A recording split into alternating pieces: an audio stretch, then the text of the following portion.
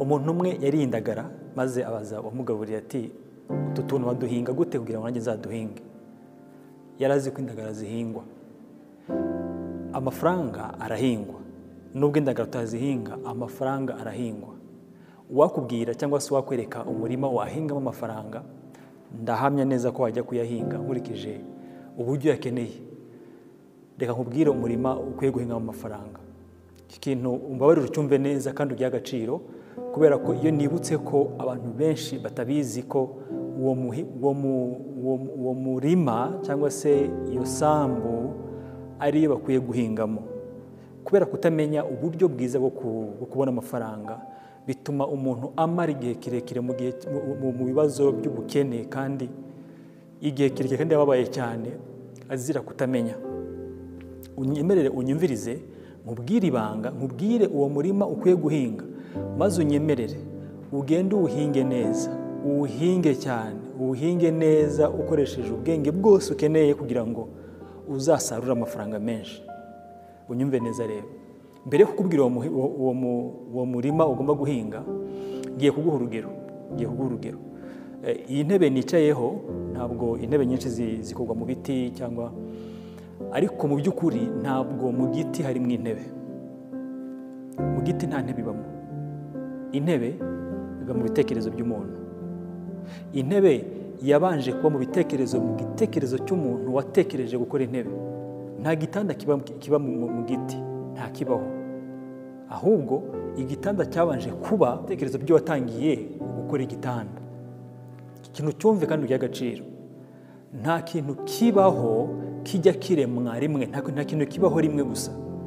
Kugira ngo ikintu cyose kibeho bisaba ko kiba cyabanje kubaho kitaragaragara. Kugira ngo ubone ikintu kigaragaye tukakibona gihari, buriya kiba cyabanze kugaragara mu bitekerezo by'uwagishizeho. Ni nako n'Imana yaremye. Ntabwo Imana yaremye ibintu bipfa kwitura aho ngaho gusa. Buri kintu cyose yaremye yabanje kugitekereza. Rero ikintu cyose ubona wita ubutunzi, ikintu cyose ubona wita gukira, kiba cyarabanje kuremwa mu bitekerezo by'uwagishizeho. Mu by'ukuri amafaranga ubona, ziriya mpapuro ubona, ntabwo ari zo agaciro cyane kuruta uwazanye igitekerezo cyo gukora amafaranga. Nkubwiye nti amafaranga ari muri wowe, amafaranga ukeneye ari muri wowe, umubare w'amafaranga ukeneye uri mu bitekerezo byawe. Hari umuntu wavuze ngo niba ubasha kukibona mu bitekerezo byawe, ubasha kugifata mu biganza byawe. Aho niho hari ibanga. Umurima duhingamo amafaranga ni ibitekerezo byacu. Habaho ibitekerezo bifite agaciro k'amamiliyari n'amamiliyari. Facebook cyari igitekerezo, YouTube uri kundeberaho cyari igitekerezo, ibintu byinshi, imodoka tugenderamo byari ibitekerezo, indege cyari igitekerezo.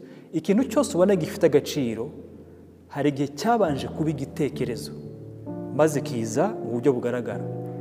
Ibitekerezo byawe niyo mafaranga yawe. Ibitekerezo ufite agaciro kabyo nibyo bikugenera agaciro k'amafaranga ushobora gufata mu ntoki. Mbese uko igitekerezo cyawe gihenze kiza mu by'ukuri amafaranga uyabona kuko hari ikibazo wakemuye. Kandi kugira ngo ukemure ikibazo bisaba kuba ufite igisubizo mu bitekerezo byawe. Icyo gisubizo ufite mu bitekerezo byawe ukacyaimplementinga, ukagishyira mu bikorwa, ugakemura ibibazo by'abantu bafite ibyo bibazo, nibwo ubona amafaranga. Rero umurima duhingamo amafaranga ni ibitekerezo byacu. Babarira unyemerere ubyumve neza kandi ubihe agaciro. Ntukavunike cyane wiruka inyuma y'amafaranga kandi uburyo uri kuyashakamo atari bwo. Mu gihe kiri imbere nzakubwira ko abenshi bazi ko gukora cyane cyangwa se gukorera abandi byo bituma batera imbere. Oya, gukorera abandi ntabwo bituma utera imbere na gatoya. Gukorera abandi bituma ubona imibereho, ariko ushaka gutera imbere, ushaka gukira, utuma amafaranga gukorera. Ibyo byose ni imitekerereze n'imyumvire iba yarahindutse. Unyumve neza, iki kintu cyumve neza. Gukena no gukira biba mu myumvire yacu. Ntabwo kuba udafite amafaranga cyangwa se kuba uyafite aribwo bukire. Kuba ufite amafaranga ni ikimenyetso cy'uko ukize mu myumvire. kuba utayafite ni ikimenyetso cy'uko mu myumvire hari ahantu hari ikibazo. Kubera iki? Imyumvire isobanutse, imyumvire isobanukiye iby'amafaranga, amafaranga araboneka. Kuri ino si hari amafaranga yahaza buri wese. Kuri ino si hari ubutunzi buri wese yabonaho kandi akabaho amerewe neza. Ariko kugira ngo ugere kuri ubwo butunzi bisaba kuba ufite imyumvire iri ku rwego rw'ubutunzi wifuza kugeraho. Gusubiriremo, umurima duhingamo amafaranga ni ibitekerezo byacu. Umurima duhingamo ubutunzi, ubukire ni ibitekerezo byacu.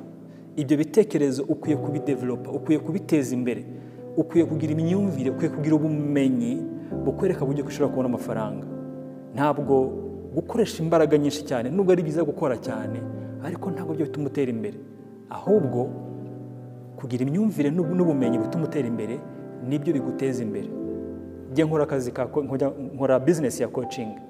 Hari igihe igitekerezo umuntu nkaba nzi ko icyo gitekerezo kizamubyarira amamiliyoni n'amamiliyoni y'amafaranga.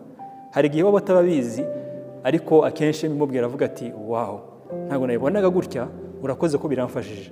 Ariko njye mba nzi ko muhaye igitekerezo kizamubyarira amamiliyoni n'amamiliyoni. Ikintu gisa nk'aho ari gitoya kigahindura ibintu byinshi cyane. Akantu kajya gahindura, akantu gahindura icyerekezo cy'ubwato akaba ari gatoya cyane. Niko n'igitekerezo gihindura ubuzima bwawe. Si ngombwa ko kiba kinini, ariko ni ngombwa ko kiba kiri valuable, kiba gifite agaciro, gikemura ikibazo kinini. Rero umurima uhingamo amafaranga yawe ni ibitekerezo byawe. Umurima uhingamo amafaranga yawe ni imyumvire yawe. Focus on that. Icyo ngicyo baricyo cyangwa imbaraga. Teza imbere imyumvire yawe. Soma ibitabo byinshi. Umviriza amavideo nk'aya ngaya. Ukore subscribe kugira ngo ukande na notification kugira ngo uko nsohora amavideo ugende uyabona. Uzakomeza unkurikirane wumve ibyo nkwigisha.